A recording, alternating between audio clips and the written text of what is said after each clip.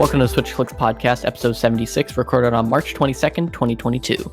In this episode, we'll be discussing our first impressions of Kirby and the Forgotten Land, which releases this Friday. My name is Dakota, and today I'm joined by Nathan. Hello. Tyler. Hello. And Kaiser.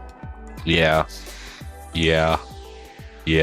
So the demo released, I think, like maybe a week or two ago. Nathan played it much earlier than the rest of us. Yeah. I played it today. Tyler is currently playing it while recording. So now we decided just before the game comes out this Friday, we'll play it and give our thoughts on, the first three levels that the demo really gives us access to. Yeah.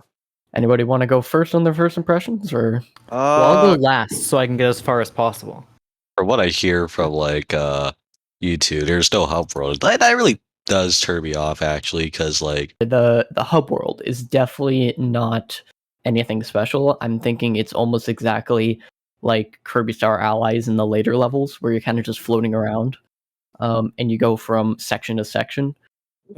They don't really show that in the demo, but they do show it in the trailer at the end of the demo, just like a few seconds of you just going from your current world to, I believe it was a desert world. It certainly looks fancier, but there's it's what can I say? special.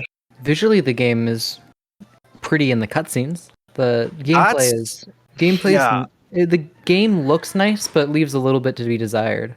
I can agree. The game is much more of a cinematic thing than something that's actually fun to play, at least from what I got out of the demo. Yeah, it does look good because it's pre-rendered, but yes. Well, not even just the pre-rendered. As you're walking into the actual city, the whole Breath of the camera. Wild shot? Yeah, the Breath of the Wild shot.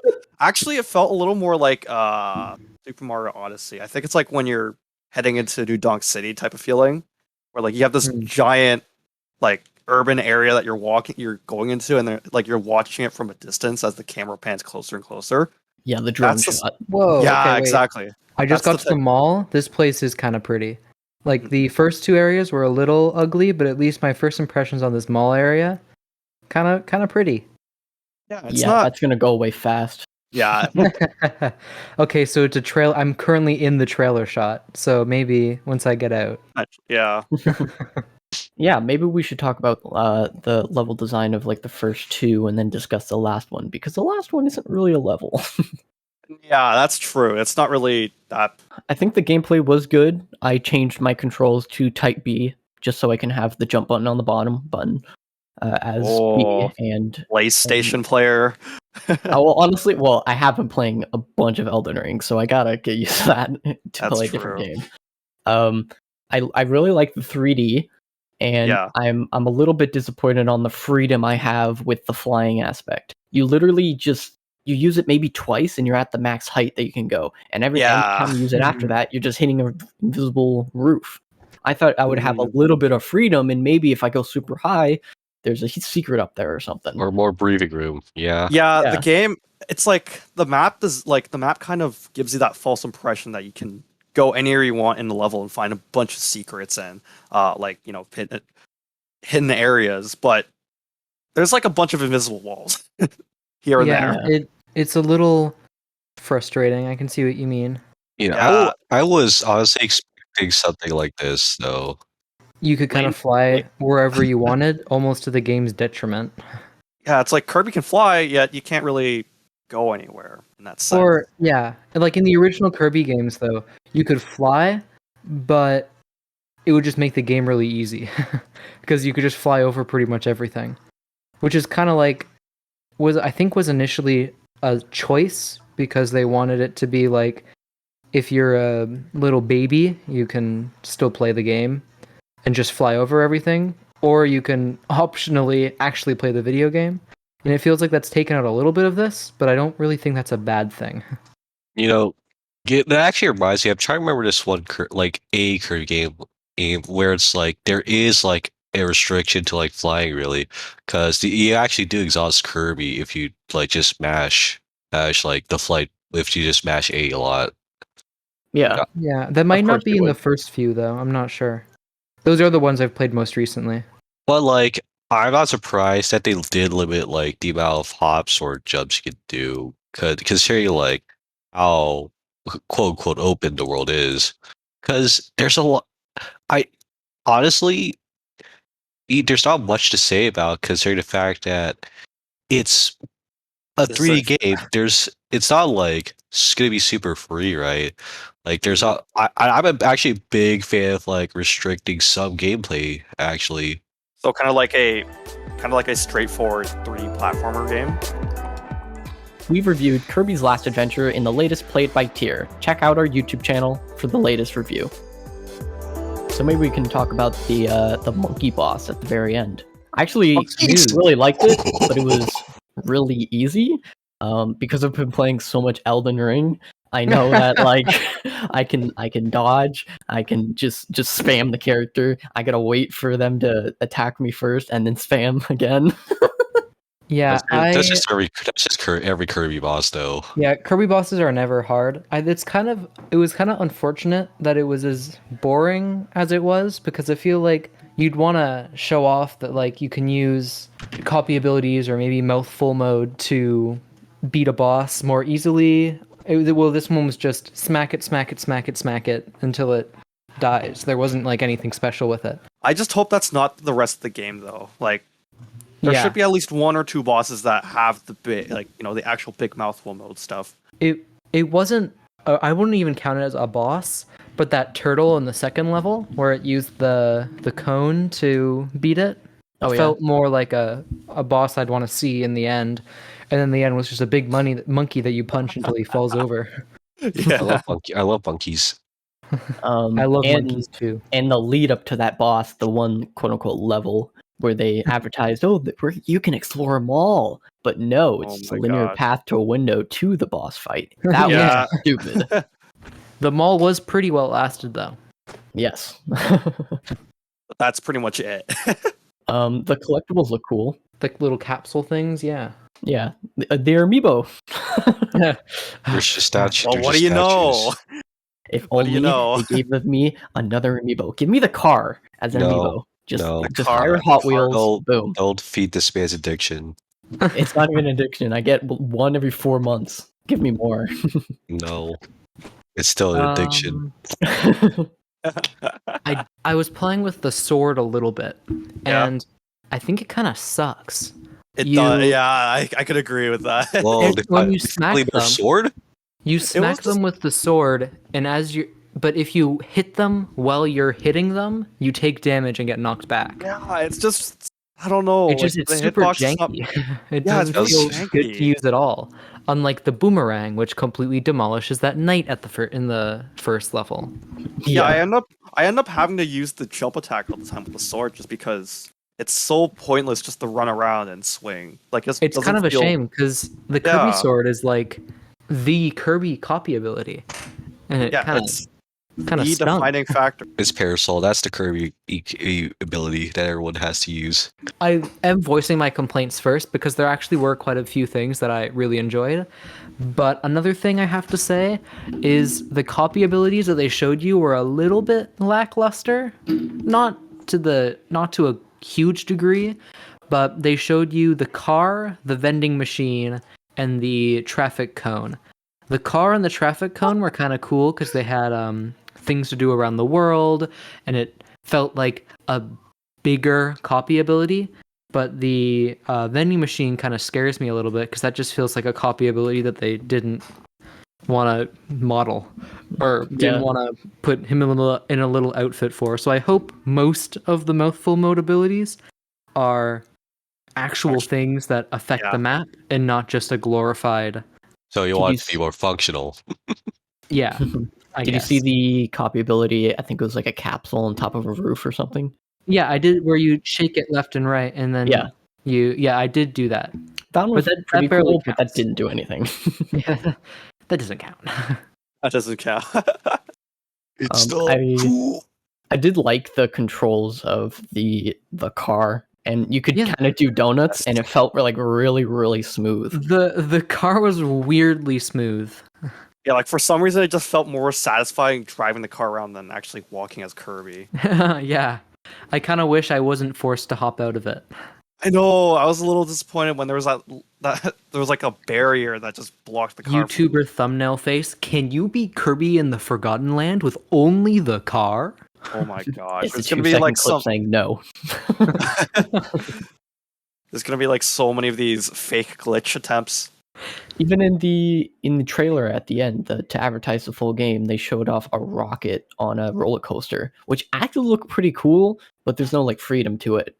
So it's just gonna be like an on the rails, I assume, a shooter. I do think it was nice hopping into this game, considering this is the first 3D Kirby game like that you could fully move around in a 3D space, and it's nice that you hop into the game and when you play around it just feels right and it doesn't feel like this is a first attempt. It's like, oh, this is correct. This is what you're supposed to be doing in this kind of game. Although the camera sucks. Right, yeah, fixed camera angles. It's a fixed camera that you can still move around, but if you don't move it around, because it doesn't make you feel like you want to move the camera around because it's naturally fixed. But sometimes you have to just weirdly hop out of frame if you're not moving the camera. But most of the time you don't. It's very weird. So, and I kind of wish they just stuck with fixed camera angles or went full 3D camera. Yeah, I was like, it should have been one or the other, but main real issue though that you guys have highlighted is just how empty it feels sometimes, right? Yeah, I don't know about empty is the right word. Yeah, like I wouldn't it feels like full, empty. but I can't access any of it. Restrictive. Well, yeah, Yeah. I'm a big fan of restrictive gameplay. I play a lot of fighting games, and Soulsborne are like very restrictive, extremely restrictive. It's weirdly restricted. It feels the game is advertised as if you have free movement, but in reality, it's just kind of awkward how flying is implemented. It feels like they only put flying in it because it's Kirby, but didn't think about it. Yeah, it was kind of. Well, I guess you can say it's at least a decent first attempt at creating a 3D world. I think it's a pretty good first attempt at creating a 3D Kirby game, but there is a couple things just to iron out for the future. Yeah, I mean the demo did its job. It got me sold on the game, and I'm gonna buy it. So you better invite me. I would be sold on the game if Lego Star Wars: The Skywalker Saga didn't come out in like a couple weeks. Oh, right, yeah. I'm ready for that rush job. So you're listening to a podcast. That's cool. You know what we also do? Play it by tier. Want to see us review a game? Maybe a movie. Maybe you want to see me slowly go insane by reviewing every single superhero movie in order. That's cool. That's all Play It by the tier. Go check it out. Maybe one last thing I want to mention is I haven't seen much trailers or like stuff from. I think Game Explained did like a tour of what the game is. I didn't watch any of that. So Yeah, me neither. The only thing that I know about, like, I think they teased it slightly, where you gather the Waddle Dees and then you grow a town. I absolutely love when games make you grow a town, as long as there's some kind of customizations. Animal Crossing fan? Yes, I am a massive Animal Crossing fan. Although New Horizons was not as good as New Leaf, so. That's what everyone says, man. That's not a hot take, by the way, because I think everyone would agree with that too. Most people would. Yeah. Anyways, with the Waddle Dees kind of like having almost different NPC traits, I think they also tease that you can upgrade different copy abilities. So like your sword one that you guys were talking about earlier can be like a bigger sword, and then your fire copy ability, you literally become a dragon with wings. I don't want to see upgraded copy abilities. That kind of goes against the principles of Kirby, really, because with one thing, Squeak Squad, they definitely got experimental with like mixing skills together. Like you get a fire sword, you get like a lot of like other stuff with just mixing and copy crystal abilities, shards right? as well. Yeah, but in terms of like upgrading abilities, I'm not against it, but I would say in this game, the car, the light bulb, the cone would be those super enemies that you don't get to play with as much. But also like the upgraded abilities seems to just be like, oh, you get an extra move.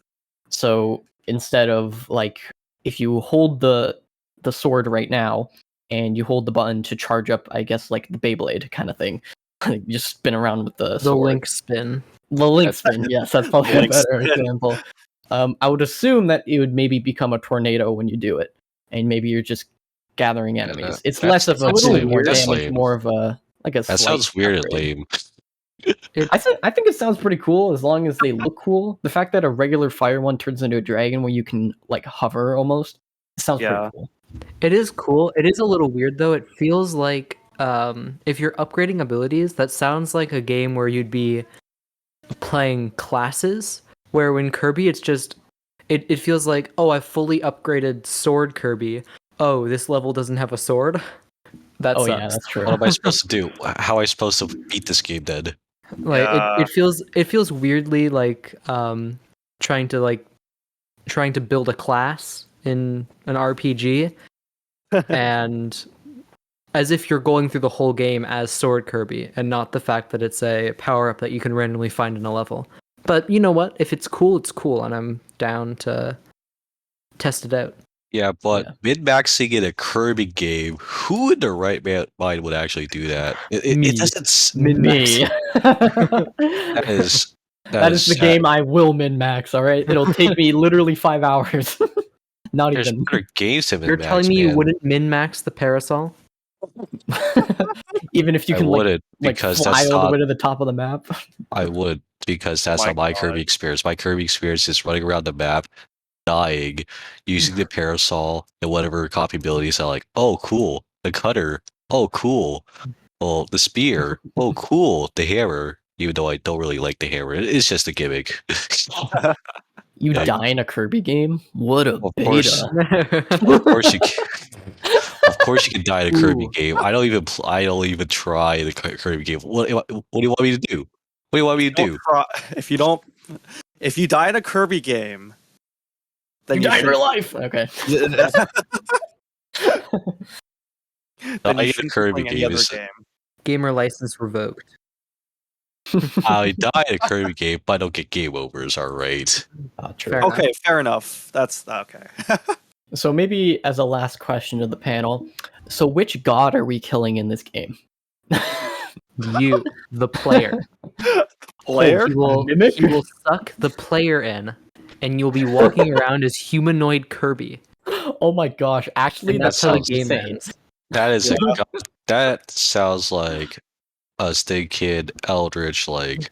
Look, I don't want to be. Look, that just sounds like something from Bloodborne. The cutscene starts. Kirby looks at the screen. Fourth wall break. Starts sucking in. All of a sudden, like, it would bring a controller in. It would bring like a lamp in, and it would like suck the monitor. And then all of a sudden, a human head shows up. Oh my gosh! I can actually imagine that. It sounds amazing. Kirby's just like Kirby with normal human proportions, going in to just. Gosh, punch the final boss. No. Thank you for joining us and discussing our impressions of Kirby and the Forgotten Land. We'd love it if you could follow us on Twitter and listen to future episodes on Spotify and iTunes. Join our community Discord server to continue today's discussion. And we'll see you next time on the SwitchClick Podcast.